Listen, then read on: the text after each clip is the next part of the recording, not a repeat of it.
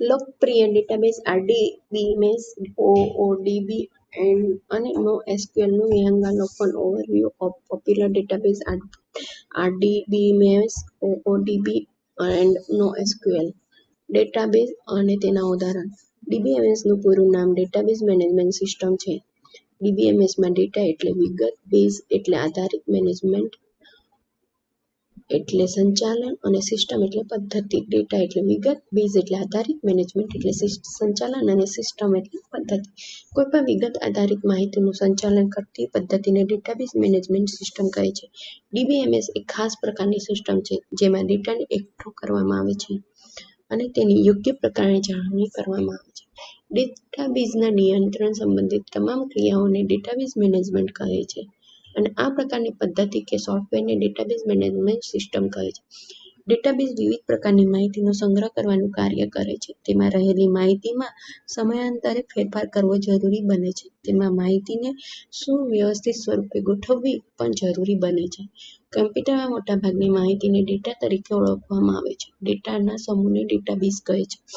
Database management system એ ડેટાનો કાર્યક્ષમ રીતે સંગ્રહ, વ્યવસ્થાપન, જાળવણી અને પુનઃપ્રાપ્તિ માટેની સુવિધા પૂરી પાડતી સિસ્ટમ છે.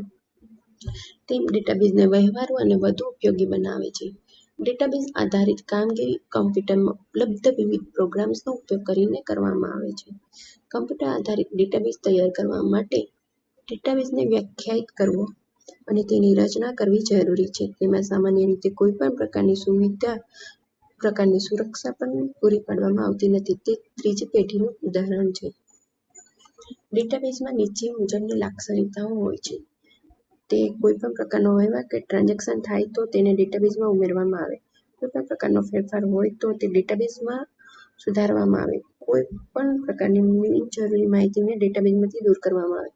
ડેટાબેઝનું યોગ્ય અને સુવ્યવસ્થિત રીતે આયોજન કરવામાં આવે. ઉપયોગકર્તા ડેટાબેઝમાંથી ડેટાની પુનઃપ્રાપ્તિ કરી શકે. ડેટાબેઝમાં રહેલી માહિતીની સુરક્ષા જળવાઈ રહે. ડેટાબેઝનો બેકઅપ લઈને તેની જાળવણી કરવામાં આવે. એક સાથે અનેક ઉપયોગકર્તા ડેટાબેઝનો ઉપયોગ કરી શકે. ડેટાબેઝમાં માહિતીને વિવિધ ભાષામાં સંગ્રહિત કરવાની સુવિધા ઉપલબ્ધ હોય. ડેટાબેઝનો ઉપયોગ વિવિધ સ્થળેથી કરીને ગમે ત્યાંથી તેનો સંગ્રહ કરવાની સુવિધા ઉપલબ્ધ હોય વગેરે. ડેટાબેઝની ઉપયોગિતા નીચે મુજબ છે.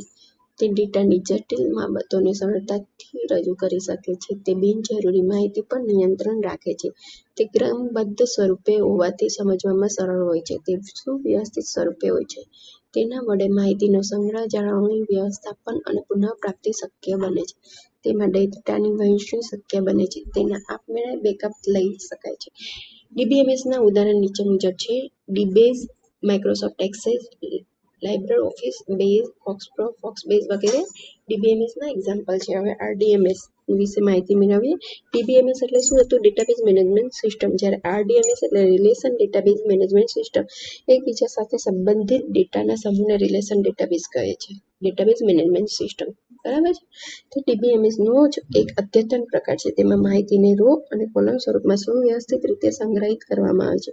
તેમાં ટેબલ્સ વચ્ચે વિવિધ પ્રકારના સંબંધ એટલે કે રિલેશનશિપ સ્થાપી શકાય છે. અહીં રો અને કોલમને એટ્રીબ્યુટ તરીકે ઓળખવામાં આવે છે.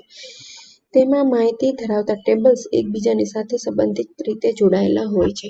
RDMS એ વિવિધ પ્રકારના ડેટા ઓબ્જેક્ટનો સમૂહ છે. RDMSના ડેટા ઓબ્જેક્ટમાં table, form, report, query, macro વગેરેનો સમાવેશ થાય છે. જ્યારે વિશાળ પ્રમાણમાં ડેટાનો સંગ્રહ અને તેનું વ્યવસ્થાપન કરવું હોય ત્યારે RDMSનો ઉપયોગ કરવામાં આવે છે. તેમાં તૈયાર કરવામાં આવતા ડેટાબેઝમાં સામાન્ય રીતે મલ્ટી-લેવલ પ્રકારની સુરક્ષા પૂરી પાડવામાં આવે છે.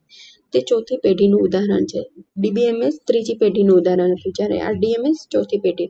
હવે એની લાક્ષણિકતાઓ જોઈએ ને તો આ રીતે છે. ડેટાબેઝમાં ડેટાનો સંગ્રહ કરવા માટેના મૂળભૂત એકમ તથા રો તથા કોલમની સ્વરૂપની રચનાને ટેબલ કહે છે. ટેબલમાં આડી હરોળને રો અને ઊભા સ્તંભને કોલમ કહે છે. એકબીજા સાથે સંબંધિત માહિતીની આડી હરોળને રેકોર્ડ કહે છે. ડેટાબેઝમાં એકસરખી માહિતી ધરાવતા ઊભા સ્તંભને ફિલ્ડ કહે છે. એટલે કે રો મીન્સ રેકોર્ડ અને કોલમ મીન્સ ફિલ્ડ. ડેટાબેઝમાં દાખલ કરવામાં આવતી માહિતીના પ્રકારને ડેટા ટાઈપ કહે છે. RDMSના ઉદાહરણો નીચે મુજબ છે.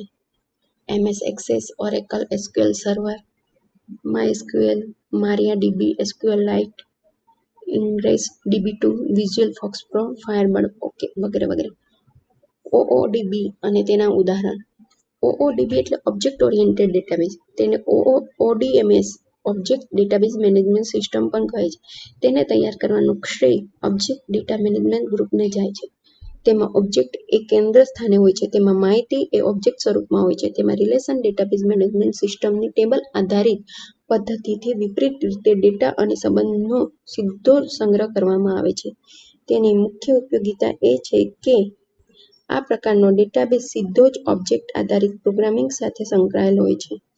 તેમાં ડેટાબેઝ અને પ્રોગ્રામિંગ ભાષા એકબીજા સાથે જોડાયેલ હોય છે. તેમાં મહત્વના ઓબ્જેક્ટને લગતા ખ્યાલનો સમાવેશ કરવામાં આવે છે. તેમાં સામાન્ય રીતે યુનિક ઓબ્જેક્ટ આઇડેન્ટિફાયર અને પર્સિસ્ટન્ટ ઓબ્જેક્ટ હેન્ડલિંગ પ્રકારની સુવિધાનો પણ સમાવેશ કરવામાં આવે છે. ઓબ્જેક્ટ ઓરિએન્ટેડ ડેટાબેઝ મુખ્યત્વે inheritance, polymorphism, encapsulation, abstract data type વગેરેને સમર્થન આપે છે. OODBMSના ઉદાહરણ તો Versant object database, ZODB, Cache object store વગેરે. NoSQL અને તેના ઉદાહરણ. NoSQLનું પૂરું નામ નોટ ઓન્લી SQL જે થાય છે. જ્યારે ખૂબ જ મોટા પ્રમાણમાં ડેટાનો ઉપયોગ કરવાનો હોય ત્યારે NoSQL પ્રકારનો ઉપયોગ કરવામાં આવે. SQL અને NoSQL ડેટાબેઝ વચ્ચેનો તફાવત એ છે કે SQL એ RDMS પ્રકારનો ડેટાબેઝ છે, જ્યારે NoSQL એ ડિસ્ટ્રિબ્યુટેડ કે રિલેશનલ ડેટાબેઝ ધરાવે છે. વળી SQL એ રો એટલે કે હરોળ આધારિત ડેટાબેઝ ધરાવે છે, જ્યારે NoSQL એ કોલમ અને એટલે કે સ્તંભ આધારિત ડેટાબેઝ ધરાવે છે. જો કે NoSQL એ SQL કરતાં પ્રમાણમાં ધીમું છે, તે અન્ય તમામ પ્રકારના ડેટાબેઝ કરતાં જુદા જ પ્રકારનો ફ્રેમવર્ક ધરાવે છે. NoSQLના ઉદાહરણ નીચે મુજબ છે: MongoDB, BigTable, Redis, RavenDB, Cassandra, HBase, CouchDB વગેરે. લોકપ્રિય ડેટાબેઝ મેનેજમેન્ટ સિસ્ટમ. લોકપ્રિય ડેટાબેઝ મેનેજમેન્ટ સિસ્ટમ નીચે મુજબ છે. એક તો માઇક્રોસોફ્ટ એક્સેસ. તે માઇક્રોસોફ્ટ કંપનીના MS ઓફિસનો પેકેજનો જ એક ભાગ છે. તે GUI એટલે કે ગ્રાફિકલ યુઝર ઇન્ટરફેસ પૂરો પાડે છે. તેમાં table, form, report, query, macro પ્રકારના ઓબ્જેક્ટ હોય છે. તેમાં ડેટાબેઝના ટેબલ વચ્ચે રિલેશનશિપ એટલે કે સંબંધ સ્થાપી શકાય છે. MS SQL server. તે માઇક્રોસોફ્ટ કંપનીએ તૈયાર કરેલ ડેટાબેઝ સર્વર પ્રકારનું સોફ્ટવેર છે. તે C++ ભાષામાં તૈયાર કરવામાં આવેલ છે. તે વિન્ડોઝ સિવાય લિનક્સ ઓપરેટિંગ સિસ્ટમ માટે પણ ઉપલબ્ધ છે. તે અંગ્રેજી સિવાય જર્મન, ફ્રેન્ચ, કોરિયન વગેરે ભાષાઓમાં ઉપલબ્ધ છે. તે પ્રોપ્રાઇટરી એટલે કે માલિકી હક ધરાવતો પ્રોગ્રામ છે. ઓરેકલ. તે ઓરેકલ કોર્પોરેશન વડે તૈયાર કરવામાં આવેલ ડેટાબેઝ પ્રોગ્રામ છે. તે પ્રોપ્રાઇટરી એટલે કે માલિકી હક ધરાવતો મલ્ટી-મોડેલ ડેટાબેઝ પ્રોગ્રામ છે. તેનો ઉપયોગ મુખ્યત્વે વ્યવસાયિક કે વ્યાપારિક હેતુ માટે કરવામાં આવે છે. તે વિવિધ સ્વરૂપે ઉપલબ્ધ છે. તેમાં મુશ્કેલ કામગીરીને ઉકેલવા માટેના વિવિધ પગલાઓ ઉપલબ્ધ હોય છે. MySQL. તે ઓરલ કોર્પોરેશન વડે તૈયાર કરવામાં આવેલ ડેટાબેઝ પ્રોગ્રામ છે. તેમાં SQLનો અર્થ સ્ટ્રક્ચર ક્વેરી લેંગ્વેજ થાય છે. તે ઓપન સોર્સ પ્રકારનો ડેટાબેઝ પ્રોગ્રામ છે, જેને મફતમાં ઉપયોગ કરી શકાય છે. તે ખૂબ જ લોકપ્રિય છે.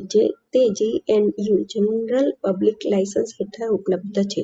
તેનો ઉપયોગ વિન્ડોઝ, લિનક્સ, મેક પ્રકારની ઓપરેટિંગ સિસ્ટમમાં કરી શકાય છે. SQLite. તે C પ્રોગ્રામિંગ લાઇબ્રેરી ધરાવતી રિલેશનલ ડેટાબેઝ મેનેજમેન્ટ સિસ્ટમ છે. તે કદમાં ખૂબ નાની હોવાથી ખૂબ જ ઝડપી છે.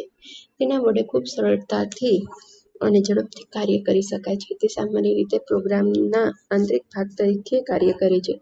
Visual FoxPro. તે માઇક્રોસોફ્ટ કંપની વડે તૈયાર કરવામાં આવેલ ડેવલપમેન્ટ એન્વાયરમેન્ટ અને પ્રોગ્રામિંગ ભાષા છે, જે રિલેશનલ ડેટાબેઝ સાથે સુસંગતતા ધરાવે છે. તેને ટૂંકમાં VFP કહે છે. તે મૂળભૂત રીતે ફોક્સપ્રો કે ફોક્સબેઝ પરથી તૈયાર કરવામાં આવેલ છે. તે પ્રોપ્રાઇટરી એટલે કે વ્યવસાયિક હેતુ ધરાવે છે. આ સાથે આપણે લેસન નંબર 34માં RDMS, OODB, NoSQL વિશે માહિતી મેળવી.